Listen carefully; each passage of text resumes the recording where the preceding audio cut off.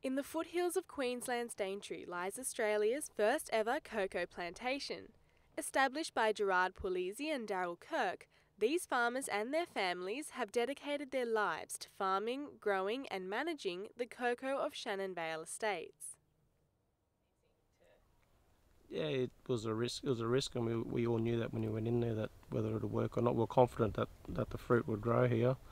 But no, it's exciting to be a pioneer in the industry. Like, there's no other cocoa grown in Australia that's commercially produced, and to be one of 5 that are doing that the first in the world is yeah, very good feeling. We do it as a family bonding session, right through from the pruning to the picking. We, myself, my wife, and my parents, we spend most weekends in the estate doing odds and ends, and at the moment every second week we're going through picking. Takes 4 of us about 4 hours to pick around a ton of pods. The cocoa beans are grown in Mossman, about an hour's drive from Cairns. Though the farm is quite young, established in November of last year, Daryl Kirk, one of the plantation's farmers, says that they've had a positive response and are interested in concentrating on attracting a local market before expanding. We know we've got it right. We're doing it as we've never had any negative thing. Everybody, I mean, there's even they smuggled some into Belgium. I don't know how, and the pastry chef over there absolutely loves it. Says it's a fantastic standard. We're pioneers of it. We've learnt a lot as we've gone along, and we think we've got, well, we know we've got a world-class product. So then we've got more plans for ours that we just want to do ourselves anyway. But perhaps the farmers should consider expanding their market sooner, what with new reports indicating that Australia is heading towards a chocolate supply crisis. Professor David Guest, Professor of Plant Pathology at Sydney University and initiator of the report, says that the global market has seen an increase in chocolate consumption and a dramatic decrease in cocoa production.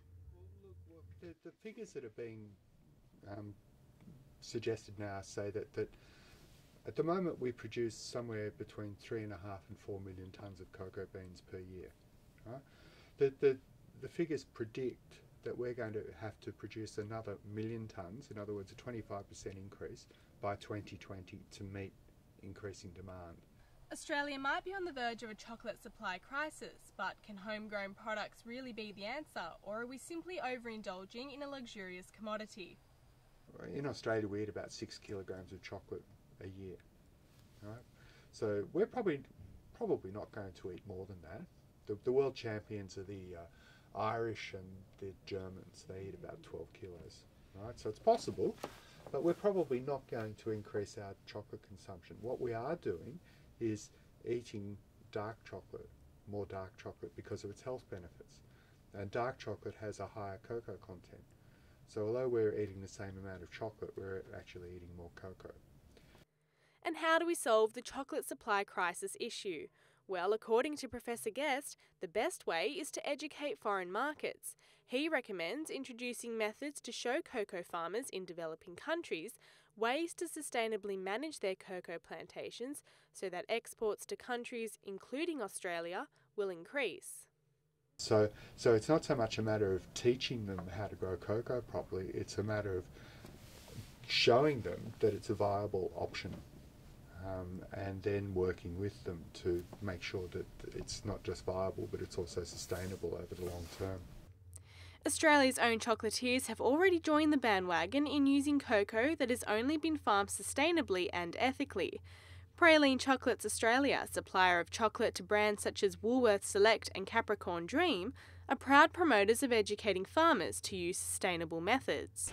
I think at the end of the day, you've got to have sustainable farming, otherwise the market's going to collapse. The farms in Ecuador that we deal with are all Rainforest Alliance farms. Rainforest sets up a standard that they teach people how to farm. Rather than giving them handouts or anything else, their goal is to teach people how to farm, how to get the most out of their crops and everything else. I think the average farm used to yield around 400 kilo of beans per annum. A good rainforest farm is doing triple that. So needless to say, it's on the same plot of land, so the farmers can earn more money out of what they've got, which at the end of the day makes it all viable. Otherwise, you'll have the stories you had a year or two back there. Chocolate was going to be more expensive than gold and everything else. And there's no need for it if it's done correctly.